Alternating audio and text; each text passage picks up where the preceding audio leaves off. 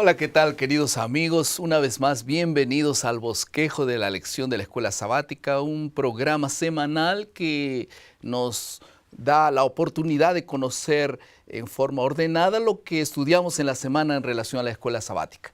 Y esta es la lección ya número 3. Estamos hablando acerca de las enseñanzas de Jesús y ya hablamos del Padre, del Hijo y ahora hablaremos del Espíritu Santo. Y para comentar esta lección está con nosotros el autor de la lección, quien escribió esta lección, el doctor Carlos Steger. Bienvenido, es un placer tenerlo con nosotros. Muchas gracias, para mí también es una alegría poder acompañarlos.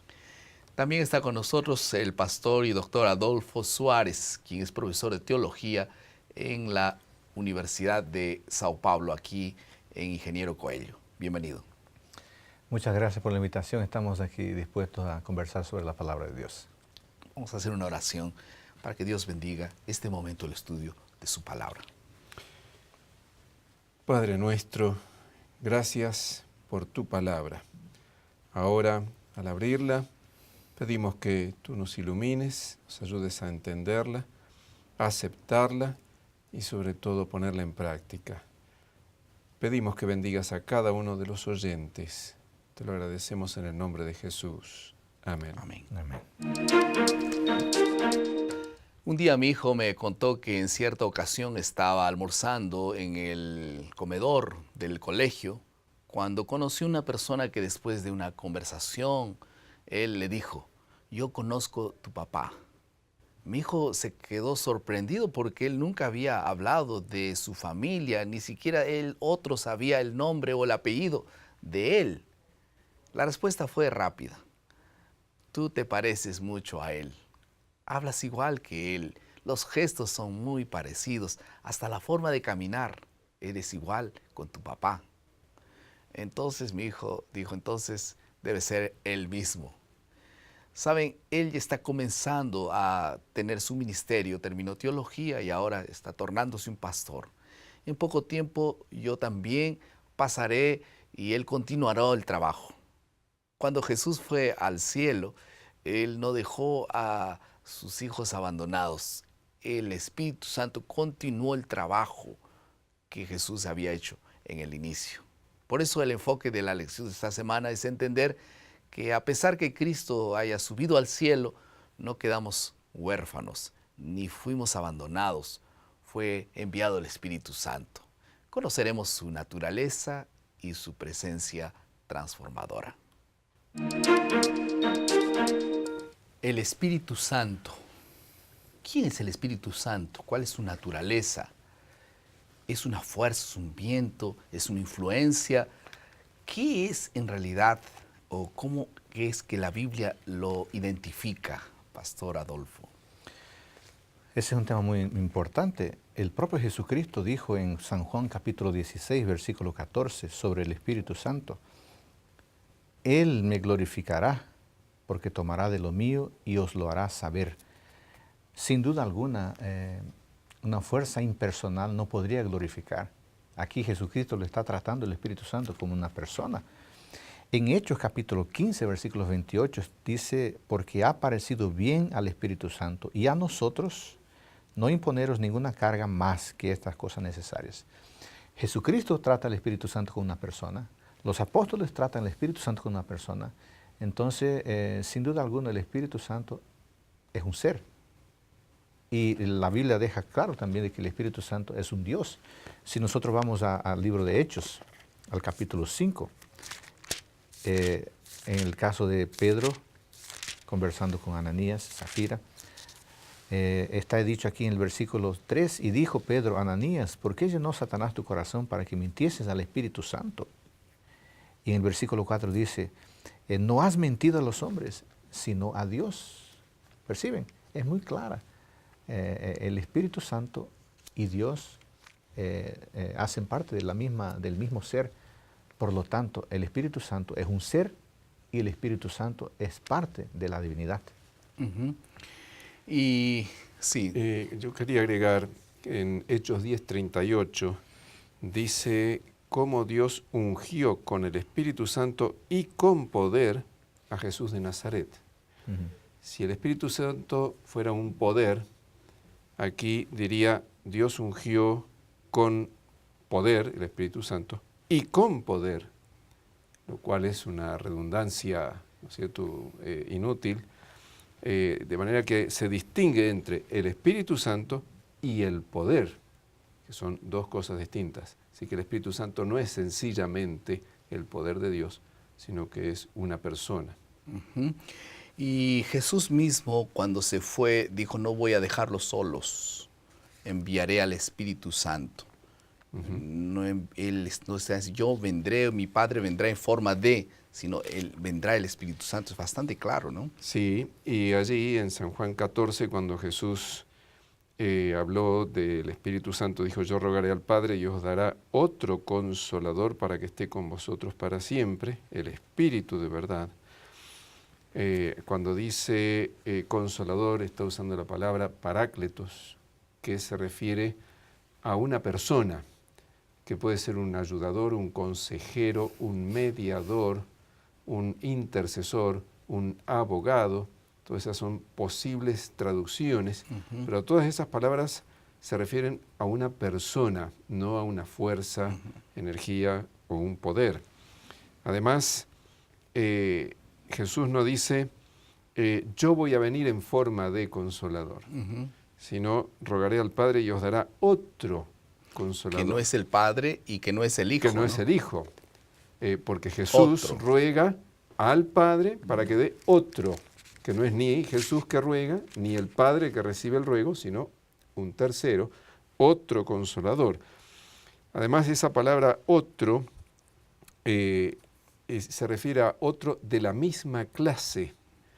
No va a ser un consolador inferior, sino del mismo nivel, de la misma clase que Jesús y el Padre. Y ahora, entrando en el tema, es la naturaleza del Espíritu Santo. Ahora, la naturaleza transformadora, la presencia tranquilizadora, transformadora del Espíritu Santo. La Biblia habla del bautismo, del agua y del Espíritu. Juan habla un poco de eso. ¿Ese bautismo en qué consiste? Porque nosotros sabemos que el bautismo de agua es el bautismo por inmersión, de uno muere al pecado y nace una nueva vida.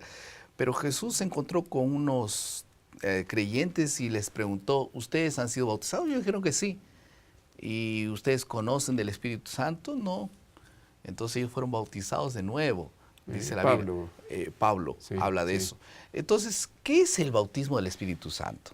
Juan el Bautista anunció que él bautizaba con agua, pero habría de venir el Mesías, y lo señaló, el Cordero de Dios, dijo, él los bautizará con Espíritu Santo y fuego.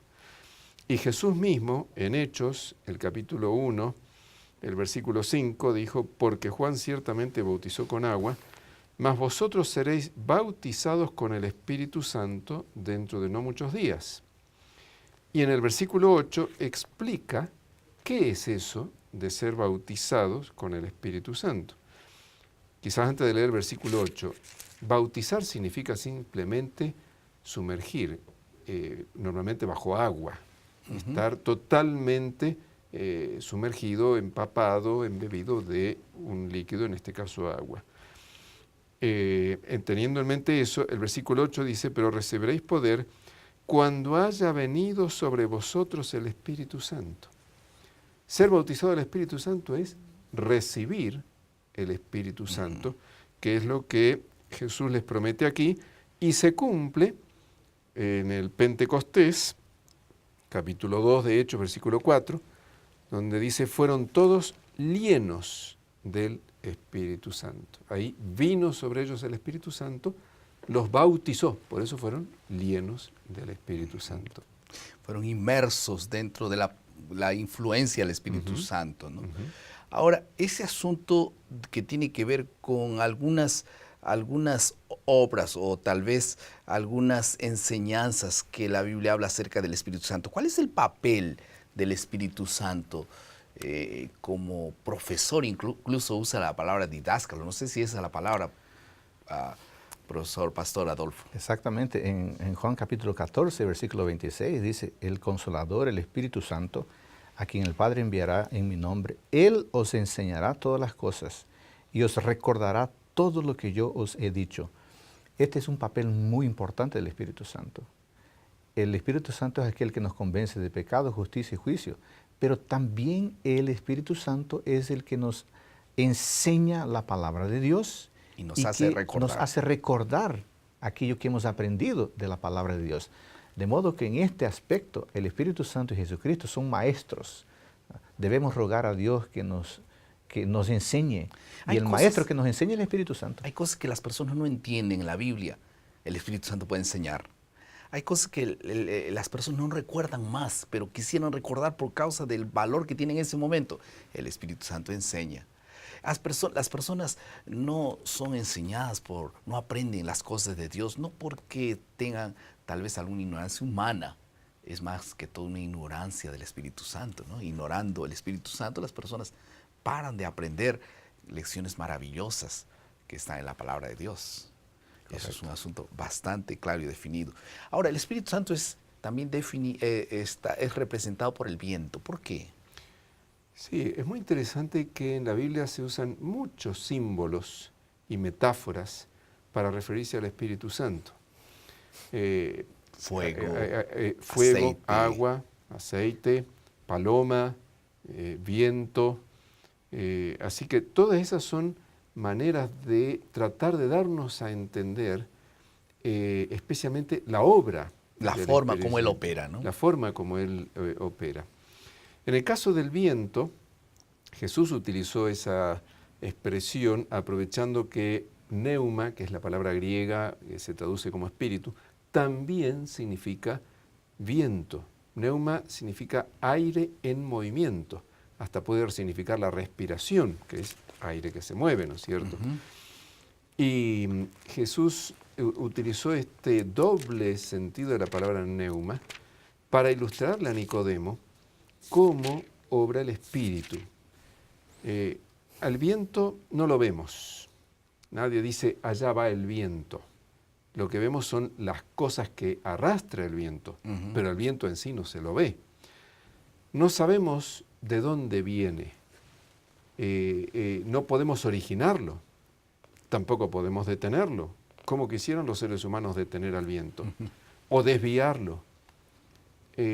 El viento nos supera totalmente. Lo único que podemos hacer como seres humanos es o resistirlo o dejarnos llevar por el viento. Si tenemos un barco a vela, desplegar las velas. O si tenemos un molino, hacerlo funcionar, aprovechar el viento. Con el Espíritu Santo pasa lo mismo.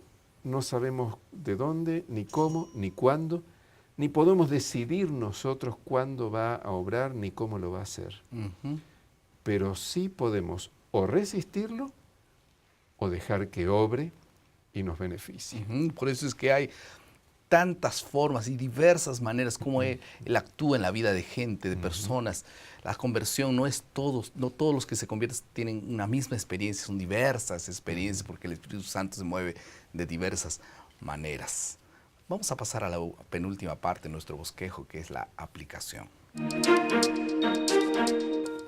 Para aplicar esta lección, tal vez 3 asuntos bien puntuales. En primer lugar, mucha gente se pregunta en relación a la expresión bíblica del pecado contra el Espíritu Santo. ¿Qué significa pecar contra el Espíritu Santo? Porque hay una palabra allí que no es pecado contra el Espíritu Santo, sino también blasfemia contra el Espíritu Santo. Y esa es una evidencia más de que el Espíritu Santo es Dios, porque blasfemia es solo contra Dios, ¿no? Exactamente.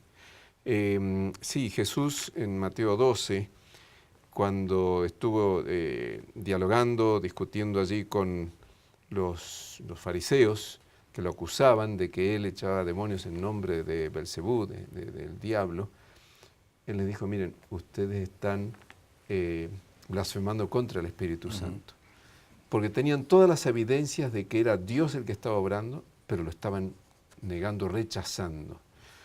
El pecado contra el Espíritu Santo no es un acto puntual, sino que es un proceso. de rechazo continuo, constante, deliberado, intencional contra el Espíritu Santo. El Espíritu Santo nos llama y no es querer escuchar. Y no queremos escucharlo, al contrario, le damos la espalda. Y cuando eso lo repetimos y lo repetimos y lo repetimos, no es que el Espíritu deje de llamarnos, sino que nosotros cauterizamos la conciencia. Exactamente. Nos ponemos incapaces de responderle. Y ojalá que nosotros tengamos sensibilidad permanente para oír y actuar de acuerdo al llamado del Espíritu Santo. Eso, sí. Perdón, y si alguien de los que nos escucha tiene miedo de haber cometido el pecado contra el Espíritu Santo, esa es la mejor evidencia que todavía no llegó a ese punto. Porque si ya hubiera pecado contra el Espíritu Santo, no tendría ni nada, siquiera ni miedo, ni nada. No, exactamente. Todavía hay esperanza para él. En segundo lugar, el Espíritu Santo concede dones espirituales a sus hijos. ¿Tú los conoces? ¿Sabes cuáles son esos dones? ¿Tú ya oraste para que Dios coloque en tu corazón algunos dones para servirlo efectivamente en su causa?